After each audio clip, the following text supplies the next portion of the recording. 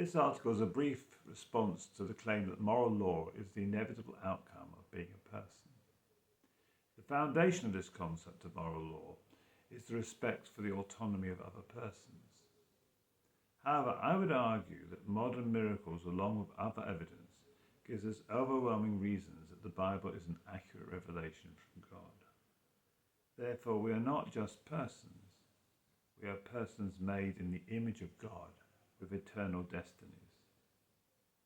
As a thought experiment, I then explore how that might impact the concept of the moral law. I suggest one tentative version of the foundation of the moral law would be the requirements of eternal persons made in the image of God who to live without guilt and shame once they have the beatific knowledge.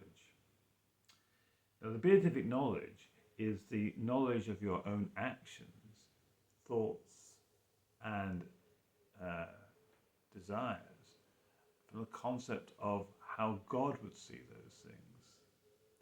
And I would suggest that for us, were we to receive such knowledge, we would have intense conviction of sin, of guilt, and of shame.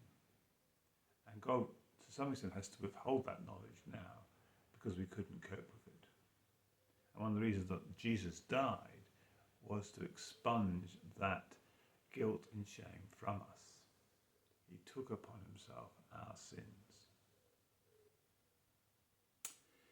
And so I also think that maybe part of eternal judgment is receiving that beatific vision, that beatific knowledge, and having no way of escaping the guilt and shame that we live for eternity, because we've rejected God's solution in Jesus Christ.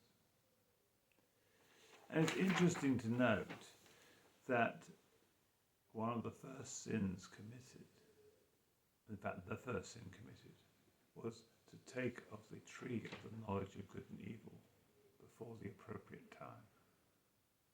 And if we want to know the details of the moral law, what in fact that might mean for us in our day-to-day lives, then the only person who knows those details is God himself. And the sure access we have to God's knowledge of the moral law is found in the Bible. And so it's to the Bible we go for our understanding of what is right and wrong, not our own internal cogitations, as it were. Well, thank you for listening.